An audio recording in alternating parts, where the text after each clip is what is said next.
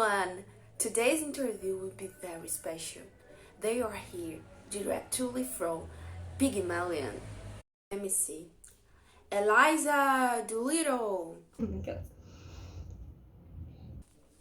Professor Henry Prince. Well. Colonel Pickering.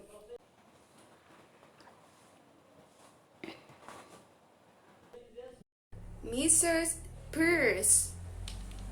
And Mr. Alfred Doolittle. Okay, Miss Eliza Doolittle, I want to start with you. How did you feel at the embassy ball with so much attention, especially from the Queen? At first, it was amazing, really. But then it seemed that everything I was receiving was not due to me, but to Professor Higgins. Because no one really congratulated me. It was like they only remembered him. And did you feel nervous talking a different way in front of so many people?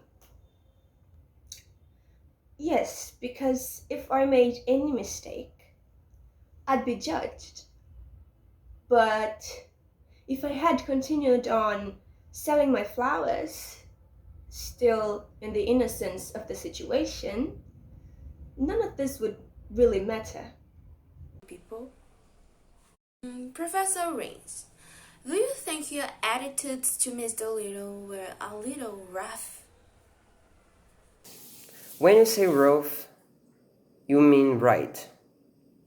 Because all I did to this young lady was to treat her like a lady she meant to be. So, I don't think so. It was a little too rough. It was the right point. I got it. But do you think your method was a good way to teach the young lady? Of course. If you look carefully, she became a perfect English lady. You may ask this because of all the repetitive exercises, for example. However, everything was thought to help her, and it did it. It was effective, so of course. Colonel Pickering, why can be a woman more like a man? Do you remember this sentence, Mr. Pickering? Oh, indeed I remember. Knowing my friend Higgins, I know it was a pretty presumptuous question. I don't agree with all the ideas he defends and expresses with such superiority, especially about Miss Doolittle. The poor girl was considered an experiment. Even I made mistakes